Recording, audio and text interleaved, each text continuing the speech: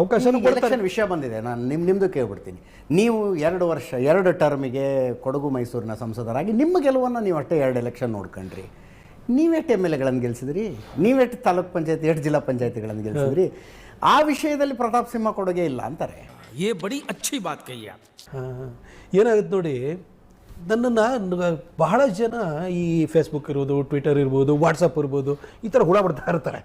ಇವನು ಎಷ್ಟು ಗೆಲ್ಲಿಸ್ದ. ನಾನು ನಿಮಗೊಂದು ಹೇಳ್ತೀನಿ, ಒಂದು ಅಂಕಿಅಂಶ ಹೇಳ್ತೀನಿ. 2014ರಲ್ಲಿ ನಾನು ಅಲ್ಲಿ ಸಂಸದನಾಗಿ ಹೋದಾಗ BJP 13 ಕಾರ್ಪೊರೇಟರ್ಸ್ ಇದ್ದರು. ಇವತ್ತು 22 ಜನ ಕಾರ್ಪೊರೇಟರ್ಸ್ ಇದ್ದಾರೆ. ಅವನು BJP ಪ್ರತಾಪ್ ಸಿಂಹ ಗೆಲ್ಲಿಸಿದ್ನ ಅದನ್ನು. ಆಯಿತು, ಸಂಘಟನೆ ನಮ್ಮದು ಜೋರಾಗಿದೆ ಸಿಟಿಯಲ್ಲಿ, ಹಾಗಾಗಿ ಗೆದ್ದಿದ್ದೀವಿ. ನಾವು ಟಿಕೆಟ್ ಕೊಡ್ಬೇಕಾದ್ರೆ ಯೋಚನೆ ಮಾಡಿಬಿಟ್ಟು ಚೆನ್ನಾಗಿ ಕೊಟ್ಟು ನಾವು ಹೋರಾಟನ ಮಾಡಿದ್ದೀವಿ, ಗೆದ್ದು. ಮೇಯರ್ನು ಹಿಡಿದಿದ್ದೀವಿ ನಾವಲ್ಲಿ. ಏನೇನೋ ಪಾಲಿಟಿಕ್ಸ್ ಮಾಡಿಬಿಟ್ಟು BJP ಮೇಯರೇ ಆಗಿರಲಿ. ಏನು ಉತ್ತರ ಕೊಡ್ತೀಯ ಇದಕ್ಕೆ ಹೇಳು ಒಂಚೂರು. ಯಾವತ್ತು ಡೆಪ್ಯೂಟಿ ಮೇಯರ್ ಸತತವಾಗಿ ನಾನು ಬಂದಾದ್ಮೇಲೆ JDS ಜೊತೆಗೆ ಒಂದು ಟೇಪ್ ಮಾಡಿಸ್ಬಿಟ್ಟು 4 ಸರಿ ಡೆಪ್ಯೂಟಿ ಚೀಫ್ ಮೇಯರ್ ಮಾಡಿಸಿದ್ದೀನಿ. ನಾನು ವರ್ಕ್ಸ್ ಕಮಿಟಿನ ಹಾಕಿದ್ಕೊಂಡಿದ್ದೀನಿ. ಅದನ್ನು ನಮ್ಗೆ ಬೇಕೇ ಬೇಕು ಅಂತ ಹೇಳ್ಬಿಟ್ಟು ಅದನ್ನು ಪ್ರತಾಪ್ ಸಿಂಹ ಕೊಡುಗೆ ಅಂತ ಹೇಳಲ್ವ. ಆಯಿತು, ಬಡ್ಡೈದ್ನೆ ನಮ್ಮ ವಂಶದವ್ರಿಗೆ ನೀರು ಕಟ್ಟ ಅಭ್ಯಾಸ ಇಲ್ಲ, ಕೊಟ್ಟ ಅಭ್ಯಾಸ.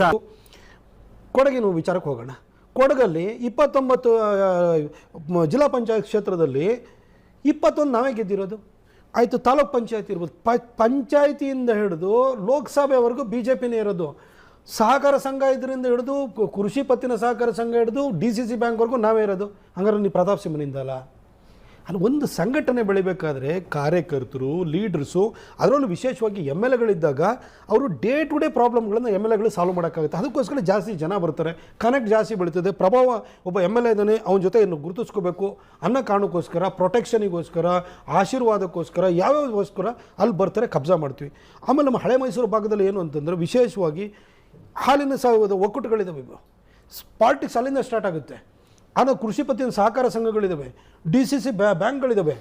ಇಲ್ಲಿ ನಮ್ಮ ಹುಣಸೂರು, ಪಿರಿಯಾಬಣ್ಣ, ಚಾಮುಂಡೇಶ್ವರಿಯಲ್ಲಿ ನಾವು ಏನೋ ಮಾಡೋ ಸ್ಥಿತಿಯಲ್ಲಿ ಇಲ್ಲ. ಯಾಕಂದರೆ ನಾವಲ್ಲಿ MLA ಗೆದ್ದರೂ ಕೂಡ ಅದನ್ನು ಉಳಿಸ್ಕೊಳ್ಳೋಕ್ಕಾಗಿಲ್ಲ. ಬೇರೆ ಬೇರೆ ಇಶ್ಯೂಸ್ ಇದೆ. ಅಲ್ಲಿ ಕಾಂಗ್ರೆಸ್ಸು ಮತ್ತು JDS, ಒಕ್ಕಲಿಗ ಕಮ್ಯುನಿಟಿ ಸಾಲಿಡ್ಲಿ JDS ಜೊತೆ ಇತ್ತು.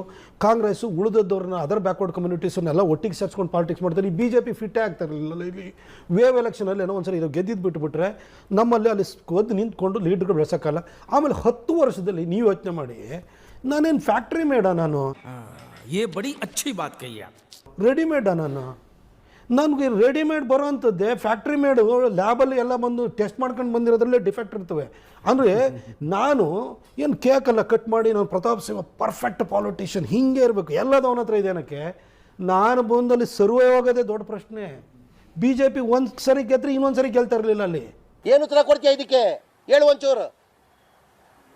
ಲೋಕಸಭಾ ಕ್ಷೇತ್ರದಲ್ಲಿ ಇದೇ ಪರಿಸ್ಥಿತಿ ಇತ್ತು.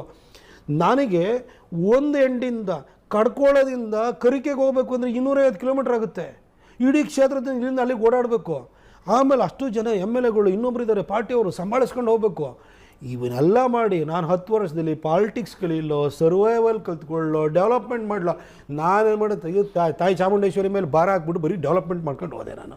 ಇದು ಆ್ಯಕ್ಚುಲಿ ಚೆನ್ನಾಗಿರೋ. ಹಾಗಾಗಿ ಕೆಲವೊಂದನ್ನು ರಿಸಲ್ಟ್ ನಾವು ಕೊಡೋಕ್ಕಾರೆ. ಹಾಗಾದ್ರೆ ಇವತ್ತಾಯಿತು. ನಾನು ಇವತ್ತು ಅದಕ್ಕೆ ಹೇಳ್ತಾ ಇದ್ದೀನಿ. ನಾನು ಈ 3 ಬೈ ಎಲೆಕ್ಷನ್ ಸೋತರು ಅಂತ ನಾನು ವಿಜೇಂದ್ರ ಅವ್ರ ಮೇಲೆ ಹೇಳಲ್ಲ. ನಾನು ಕಲೆಕ್ಟಿವ್ ಆಗಿ ಸೋತಿದ್ದೀವಿ ನಾವು. ये बड़ी अच्छी बात कही आप.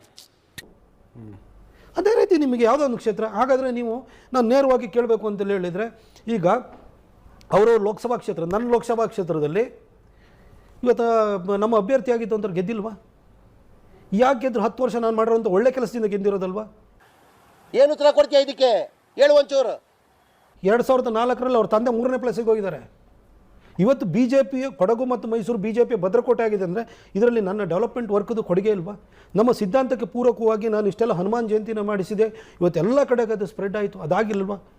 ಅಷ್ಟು ಮಾತ್ರ ಅಲ್ಲ, ಇದೇ BJPಯವರು ನನಗೆ ಏನು ಕೊಡುಗೆ ಅಂತ ಕೇಳ್ತಾರಲ್ಲ, BJP ಭಾಷಣ ಮಾಡ್ತಿದ್ದೆ ನಾನು ಲೇಖನ ಓದ್ಕೊಂಡ್ಬಿಟ್ಟು.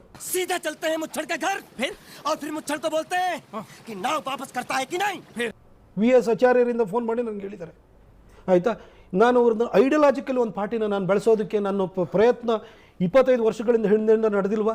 ಯಾರು ಬಾವುಟ ಕಟ್ಟೋರು, ಬ್ಯಾನರ್ ಕಟ್ಟೋರು, ಬಂಟಿಂಗ್ ಕಟ್ಟೋರು ಮಾತ್ರ ಪಾರ್ಟಿ ಕಟ್ಟೋದಲ್ಲ. ಬಡ್ಡೈದ್ನೆ ನಮ್ಮ ವಂಶದವ್ರಿಗೆ ನೀರು ಕಟ್ಟ ಅಭ್ಯಾಸ ಇಲ್ಲ, ಕೊಟ್ಟ ಅಭ್ಯಾಸ. ಮನಸ್ಸುಗಳನ್ನು ಬದಲಾಯಿಸಬೇಕಲ್ಲ, ಥಾಟ್ ಪ್ರೊಸೆಸ್ಸನ್ನು ಕೊಡಬೇಕಲ್ಲ. ಆ ಕೆಲಸನೂ ನಾನು ಮಾಡಿದ್ದೀನಲ್ಲ. ಇದು ನನ್ನ